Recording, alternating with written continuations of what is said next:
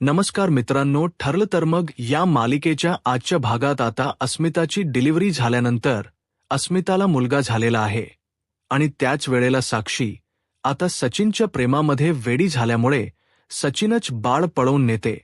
परंतु आता जेव्हा घरात समजते की सचिनच बाळ म्हणजे अस्मिता आणि सचिनच्या बाळाला घेऊन गेले, त्यावेळेला आता घरात पूर्ण गोंधळ माजणार आहे आणि सचिनही आपलं बाळ हरवल्यामुळे खूप जास्त टेन्शनमध्ये आलेला आहे. परंतु आता अर्जुन आणि सायली पुढाकार घेत सगळ्या कुटुंबाला शांत करत आम्ही बाळाला शोधून आणतो असा सगळ्यांना आता दिलासा देतात. त्याचप्रमाणे अर्जुन आता एक हुशार वकील असल्याने ॲक्शन मोडमध्ये येत कशा प्रकारे आता सगळ्या गोष्टी तपासून पाहतोय आणि अस्मिताच जे बाळ आहे ते सायली आणि अर्जुन कशा प्रकारे पुन्हा अस्मिताला मिळवून देणार आणि सायली ही साक्षीकडून रंगे हात बाळाला कस पुन्हा परत मिळवणार, हे सगळे आपल्याला आजच्या या भागात पाहायला मिळेल. त्यामुळे व्हिडिओ अगदी शेवटपर्यंत नक्कीच बघा. तर मित्रांनो, आतापर्यंत आपण मालिकेत पाहिलं की सायली आणि अर्जुन हे दोघ जणही अस्मिताला बाळा झाल्यामुळे खूप जास्त आनंदात आहेत. मुलगा झाला त्यामुळे सुभेदार कुटुंब अगदी आनंदाने भरून वाहिलेलं असतं आणि त्याचप्रमाणे सचिन जो अस्मिताला इतके दिवस तिला फसवत होता, परंतु तोही आता त्याला मुलगा झाल्यामुळे खूप जास्त खुश असतो. कारण जगातलं सगळं सुख एकीकडे, दुःख एकीकडे, आपला वारस जन्माला आलाय तोही मुलगा. त्यामुळे आता सचिन खूप जास्त आनंदात आहे. तर इथे या सगळ्याच गोष्टींमध्ये अचानकच प्रियाच्या मदतीने साक्षीने बाळाला गायब केलाय आणि जेव्हा हे घरातल्यांना समजतं तेव्हा त्यांना सगळ्यांना जबरदस्त असा धक्का बसतो. आता सायली पण बाळाला बघण्यासाठी म्हणून येते. तेव्हा तिच्या लक्षात येतं की बाळ त्या पाळण्यात नाहीच आहे. डिलिव्हरीनंतर अस्मिताची तब्येत खूप नाजूक असल्यामुळे तिला वेगळीकडे ठेवलेले असते आणि बाळाला वेगळीकडे, आणि त्यामुळे आता अस्मिताची तब्येत त्याच्यात हळूहळू सुधारणा होत असते. परंतु अचानकच लक्षात येतं की बाळ जे आहे ते कोणीतरी पळवले. आता सगळ्यांना टेन्शन येतं की नेमकं काय करायचं. आता अस्मिता ताईची तब्येत इतकी नाजूक आहे की ती कुठलाही धक्का पचवू शकत नाही. पूर्णाजी देखील हॉस्पिटलमध्ये आले, परंतु तिथे बाळ नसल्यामुळे तिलाही त्याचा जबरदस्त असा धक्का बसलाय. कोणालाही काही कळत नाही की आता आपण काय करायचं. एका क्षणाला सगळे कोलमडून पडतात.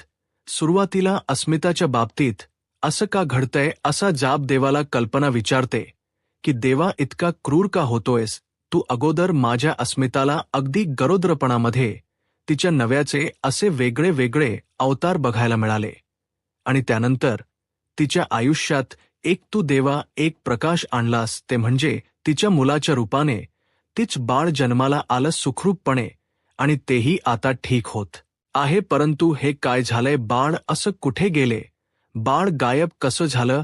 हॉस्पिटलमध्ये सगळीकडे हाहाकार झालेला असतो. आता अर्जुन आणि अश्विन हॉस्पिटलमध्ये सगळीकडे शोधत असतात आणि बाळ कुठे गेलं डॉक्टरांना आणि नर्सला सगळ्यांना प्रश्न विचारत असतात. अक्षरशः तिकडे सगळ्यांची तपासणी होत असते आणि नेमकं काय झालंय हॉस्पिटलमध्ये, कोणी आणि काय केलं, सगळ्यांना आता विचारत असतात. अर्जुन हा पोलिसांवर म्हणजेच पोलिसांवर प्रेशर टाकतो, त्याचप्रमाणे तिथे असलेल्या उपस्थित डॉक्टरांवरही. कारण की जर माझ्या भाच्याला काही झालं म्हणजे माझा भाचा इकडच्या तिकडे गेला तर आम्ही कोणालाही सोडणार नाही. लक्षात ठेवा, हा मोठा तुमच्या हॉस्पिटलवरती आरोप असेल आणि तुमच्या हॉस्पिटलला आम्ही कोर्टात खेचेल. इथले एमडी वगैरे सगळे काही. आता अर्जुन हा जबरदस्त चिडलेला असतो आणि त्याच्याच बरोबर सचिन देखील. सचिनही ओरडत असतो की हो, जर काही झालं तर आम्ही कोणालाही सोडणार नाही. माझा मुलगा कुठे गेलाय, परत आणा त्याला, अशी तळमळ आता सचिन पण दाखवत असतो आणि त्यालाही खूप जास्त आता चिड येत असते. अचानक माझं मूल गेलं तरी कुठे, आताच 10 मिनिटापूर्वी, 10 ते 15 मिनिटापूर्वी माझं मूल जन्माला आलं. त्याला बाजूला दुसऱ्या वॉर्डमध्ये ठेवलं, तोपर्यंत ते गायब कसं झालं. तुमचं मॅनेजमेंट काय करत होते तुमचे इथले डॉक्टर नर्सेस काय करत होते असं जोर जोरामध्ये आता सचिन त्यांना ओरडूनच विचारत असतो. त्याला खूप जास्त राग येत असतो.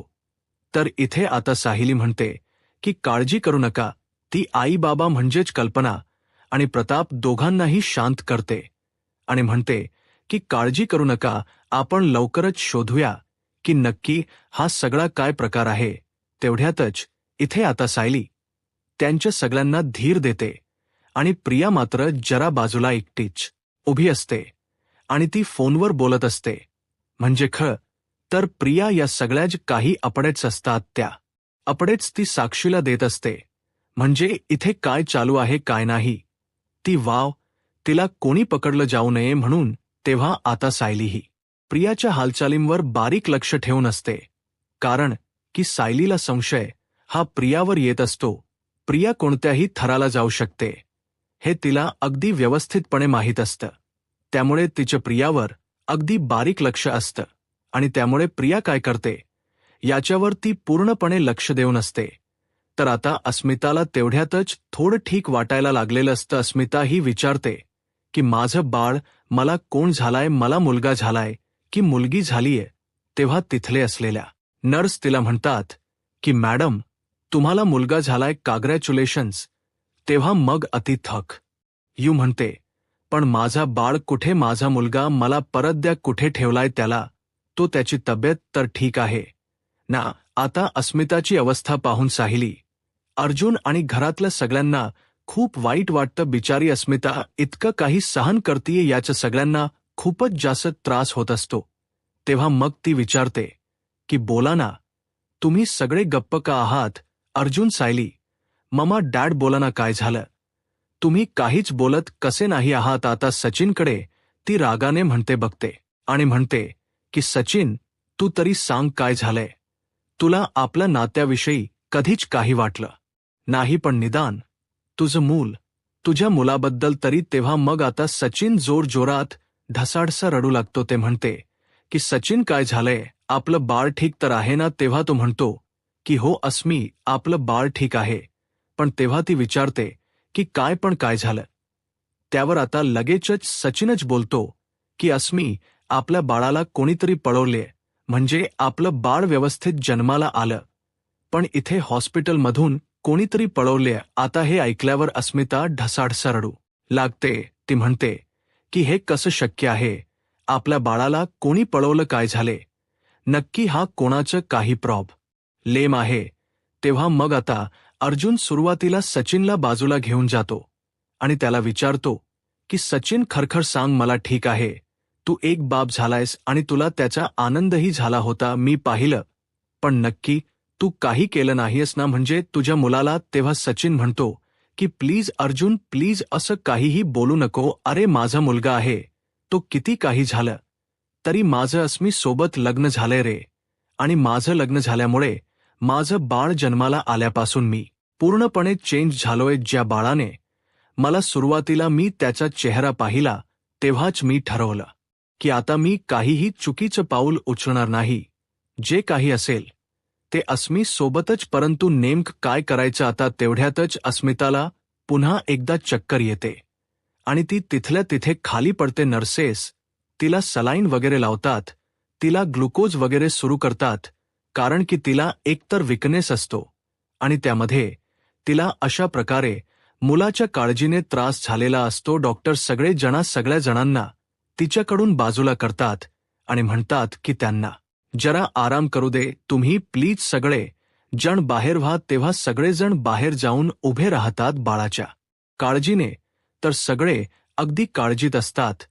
परंतु आता अस्मीच काय करायचं. आता अर्जुन आणि सायली हे डॉक्टरांकडे जातात आणि म्हणतात की हे बघा सर, आम्ही असे गप्प बसू शकत नाही, काहीही झालं तरीही आम्हाला आमचं बाळ परत मिळवायचे. सायली आई बाबांना वचन देते की काही झालं तरीही अस्मिताईंचा मुलगा आणि माझा भाचा, माझ्या भाच्याला मी परत मिळवणार, म्हणजे मिळवणारच. नंतर मग आता सायली ही डॉक्टरांकडे त्यांनी म्हणते की एक तर सुरुवातीला तुमच्या जे काही मॅनेजमेंट आहे त्याच्यावर आमचा सवाल तर आहेच. अचानक जन्म झालेलं बाळ कसं काय गायब होऊ शकतं. त्यानंतर मग आता अर्जुन म्हणतो की एक गोष्ट नक्की आम्हाला तुमचे सीसीटीव्ही फुटेज बघायचे आहेत आणि जे सीसीटीव्ही फुटेज चेक केल्यानंतर आम्ही ठरवू म्हणजे आम्हाला काहीतरी कळेल की नक्की हे सगळं कोण करते. तेव्हा सचिन पण बोलायला लागतो की हो येस डॉक्टर प्लीज आम्हाला सीसीटीव्ही फुटेज दाखवा. त्यानंतर मग आम्ही ठरवू की पुढे काय करायचं ते. त्यावेळेला आता इथे सीसीटीव्ही फुटेज बघण्यासाठी डॉक्टरही परवानगी देतात कारण त्यांचे हात दगडाखाली असतात. मग आता सायली आणि अर्जुन हे सगळ्या प्रकारे सगळं शोधणार असतात. आता सायली म्हणते की अर्जुन सर आपल्याला सुरुवातीला तर सीसीटीव्ही बघितले पाहिजे. अश्विन म्हणतो की बघा डॉक्टर तुमच्या जो आपली जे हॉस्पिटल आहे त्याच्या एंट्रन्स त्याचप्रमाणे तुमच्या ओपीडी जिथे ऑपरेशन वगैरे झालंय ओपीडी त्याचप्रमाणे ऑपरेशन थिएटर सगळीकडचे एक्सेस आम्हाला हवेत. नेमकं काय कुठे सगळं काय होते या सगळ्या गोष्टींचे एक्सेस आम्हाला हवेत. त्याचप्रमाणे आता सगळ्या गोष्टींचे एक्सेस त्यांना मिळालेले असतात आणि सगळेजण नेमकं काय घडलं हे बघत असतात. तर आता सायली आणि अर्जुन हे दोघे जणही तिथे असतात. सायली थोड्या बाहेर निघते तेव्हा सायली बाहेर पडल्याबरोबर तिथे प्रिया तिला सारखे फोनवर कुजबुजताना दिसते आणि सायली विचार करते की नेमकी ही प्रिया बोलत तरी कोणासोबत आहे. किती वेळ झाला कधीचीही कोणासोबत तरी बोलत आहे. मला असं वाटत ना की नक्कीच काहीतरी गडबड आहे. ही प्रिया काहीतरी गडबड करते कारण की सायलीला अगदी बरोबर माहीत असतं की किती काही झालं तरीही ही जी प्रिया आहे ती काही झालं तरी या गोष्टी शोधणार म्हणजे शोधणारच. तर साक्षी ही बाळाला एका ठिकाणी घेऊन गेलेली असते आणि ती बाळाला घेऊन जाऊन ती बाळाला लपवण्याचा प्रयत्न करते. शांत करत असते जेणेकरून त्या बाळाच काहीतरी अपहरण वगैरे काहीतरी करावं आणि मग सचिन हा कायमचा माझा होईल. अस्मिता पासून तो कायमचा तुटला जाईल. हे घडल्यामुळे अस्मिता आणि सचिन कधीही एकत्र येऊ शकणार नाही असं खरं तर साक्षीला वाटत असतं आणि त्यामुळे साक्षीने हे मोठं वेडेपणामध्ये मूर्खपणात पाऊल उचललेलं असतं. परंतु तिला काहीच माहीत नसतं. या सगळ्यामुळे ती पुन्हा गोत्या देऊ शकते आणि पुन्हा पोलीस तिला पकडू शकतात. त्यानंतर मग आता अर्जुन हे सगळं करत असताना प्रिया ही फोनवर बोलत असताना अर्जुन आणि सायली दोघजण बघतात. अर्जुन सायली म्हणतात की हीच आता आपण नंतर बघूया. सुरुवातीला आपण जाऊन सीसीटीव्ही फुटेज चेक करूया म्हणजे काय ना त्या सीसीटीव्ही फुटेजमध्ये काय आहे ते आपल्याला नक्की समजेल. त्यावेळेला मग आता इथे प्रिया मुद्दामच आग लावण्याचे काम करत असते. म्हणते की आई आता काय करणार म्हणजे अस्मिच बाळ सापडणार तरी कसं. मला वाटत की ना पूर्णपणे प्रॉब्लेम झालेला आहे सुभेदारांच्या घरात असं म्हणून ते मुद्दाम आगीत तेल ओतण्याचा प्रयत्न करत असते.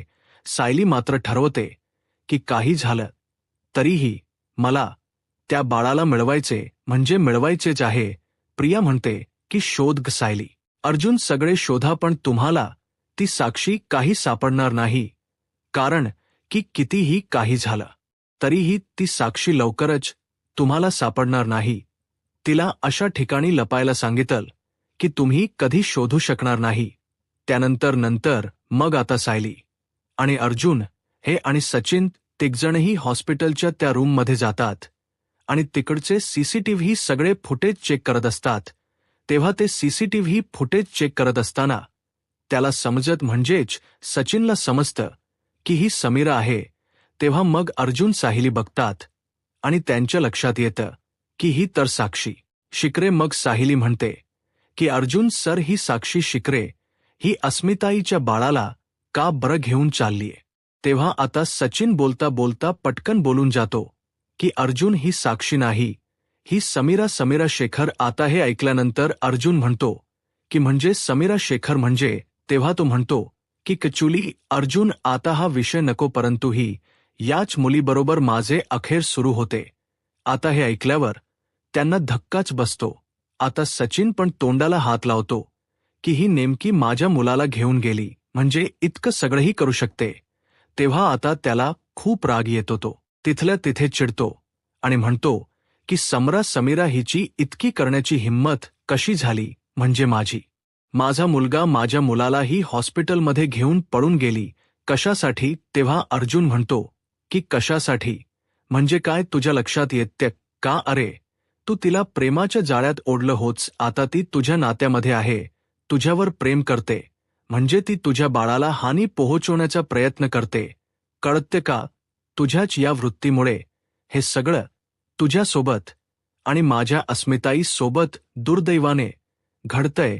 अरे तुमचं मूल हे त्या साक्षीने पळवल येते का लक्षात? तुझ्या सचिन म्हणतो की नाही अर्जुन, आतापासून तिच्याशी माझा काहीही संबंध नसणार आहे. मी खात्री देतो. हो तर माझं बाळ आहे, ते मला हवंय. त्या मुलीला शोधण्यासाठी मी इकडच्या पातळ इकडचा आकाश तिकडे करू शकेल. आता त्यावेळेला अर्जुन हा सचिनला म्हणेल की ठीक आहे चालेल, या साक्षीचा नंबर मला तू दे आणि हा नंबर तू मला दे, मग त्यावरून मी ठरवतो पुढे काय करायचं. आता सचिन म्हणतो की हो लगेचच, तू हिचा नंबर घे. आता सचिन तो नंबर घेतो आणि नंबर देतो आणि अर्जुन पोलिसांकडून तो नंबर आता लगेच ट्रॅक करून घेतो. आता नंबर ट्रॅक केल्यानंतर तो एका ठिकाणी पोहोचतो, म्हणजेच एका ठिकाणी एक अंधारी जागा असते, म्हणजेच गोदाम. हणायला हरकत नाही अशा ठिकाणी साक्षीने लहान बाळाला घेऊन गेलेली असते. आता या सगळ्या ठिकाणी म्हणजेच तो लोकेशन जो असतो तो खूप आतमध्ये दाखवलेलं असतं. मग त्याच्यावरून आता सायली आणि अर्जुन ठरवतात की आता वेळ न घालवता त्या ठिकाणी आपल्याला पोहोचलं पाहिजे आणि आपण तिथे जर वेळोबर पोहोचलो नाही तर आपल्या बाळाला काहीतरी धोका आहे. म्हणून सायली आणि अर्जुन प्रियालाला तिकडे कसलाही थांबपत्ता लागून देत नाही. ते दोघंजण अलगदच तिथून निघतात, कारण की सायलीला असा संशय असतो की इतका वेळ मगासपासून ही फोनवर बोलत कोणाला तरी इथलेच अपडेट देते. त्यामुळे अर्जुन सायली सचिनला गप्प बसायला सांगतात आणि तिथून निघतात. सचिन म्हणतो की मी पण येऊ का तुमच्या सोबत? परंतु अर्जुन त्याला म्हणतो की तू इथेच थांब, अस्मिता आई बरोबर कोणीतरी असणं गरजेचं आहे, आम्ही दोघं लगेच येतो. आता मग आई आणि बाबा म्हणजेच प्रताप आणि कल्पना यांना हळूच ते जाऊन सांगून बाजूला निघतात. आणि आता सायली अर्जुन हे दोघेही जो नंबर ट्रेस केलेला आहे त्या नंबरच्या म्हणजेच लोकेशनच्या ठिकाणी पोहोचण्याचा प्रयत्न करतात. तिकडे साक्षी असते. आता अर्जुन हा सायलीला म्हणतो की सायली काही झालं तरी बाळ आपल्या तब्यात आलंच पाहिजे. तेव्हा सायली म्हणते की अर्जुन सर मी त्या जागेपर्यंत पोहोचते, तुम्ही एक काम करा, तुम्ही पोलिसांना घेऊन त्या ठिकाणी पोहोचा, म्हणजे कसं आहे काही झालं तरी. तेव्हा ती साक्षी शिखरे सुटली, पण आता त्या साक्षी शिखरेला अजिबात सोडायचे नाही, कारण की तिने खूप मोठी चूक केलीये. सुभेदारांच्या वारसाला हात लावून तिने खूप मोठा अनर्थ स्वतःवर ओढावून घेतलाय. महिप्तने तिला सोडवलं जेलमधून, पण आता पुन्हा तिला जेलमध्ये घालायची. आता सायली त्याच ठिकाणी जाते आणि तोपर्यंत सायली ही अस्मिताला आवाज देते आणि अस्मिता म्हणते की सायली पुढे येऊ नको, नाहीतर बघ मी या बाळाला टाकून देईन. हे आत्ताच जन्मलेल बाळ आहे, याचं काही होऊ शकतं. त्यावेळेला सायली बुद्धिचातुर्याने तीच लक्ष पुढे कुठेतरी गुंतवण्याचा प्रयत्न करते आणि म्हणते की सचिन भाऊजी तुम्ही इथे कसे आले? तेव्हा आता सचिन असा आवाज देत तिकडे साक्षी बघते. तेवढ्यातच आता सायली तिच्या हातून बाळाला खेचून घेते आणि म्हणते की मला वाटलंच होतं हे सगळं तू करणार आहेस, म्हणून तू हे सगळं मुद्दाम केलंस ना साक्षी? तुला काय वाटलं की तू आमच्या बाळाला घेऊन जाशील? लक्षात ठेवा, सुभेदारांच्या वारसाला हात लावण्याचा तुझं हिंमतच कशी झाली? इतके दिवस तू माझ्या मधुभाऊंनात रास दिला होतास, त्या केसमुळे आता तू पुन्हा आमच्या आयुष्यात आलीयस, पण तुला आता आम्ही अजिबात सोडणार नाहीये. तितक्यातच आता अर्जुन हा पोलीस घेऊन पण आलेला असतो आणि अर्जुन बरोबर त्या साक्षीची वाट लावतो आणि पोलिसांना तो सांगतो की हे बघा, ही आहे साक्षी शिखरे, स्वतःची ओळख बदलून स्वतःच लूक चेंज करून इथे आली. आता पोलीस साक्षीला आपल्या ताब्यात पुन्हा घेतात आणि सायली आणि अर्जुन घरी येऊन बाळ हे अस्मिताकडे परत देतात. त्याच वेळेला आत आहे. सगळं झाल्यानंतर सगळेजण खूपच जास्त आनंदात असतात, परंतु इथे साक्षीला साथ देणारी आपल याच घरातली एक घरभेदी होती. ती म्हणजे प्रिया, आणि प्रिया हे सगळं करून साक्षीला साथ देत होती हे देखील आता अर्जुन सायली सगळ्यांसमोर सिद्ध करतात. आणि सायली ही प्रियाच्या फोनमधले जे सगळे काही बोलणं साक्षी ते सगळ्यांसमोर सिद्ध करते. आता सचिनला समजलेलं असतं की साक्षी ही त्याच्यासाठी योग्य मुलगी नाही, कारण की ती एक गुन्हेगारी प्रवृत्तीची मुलगी आहे.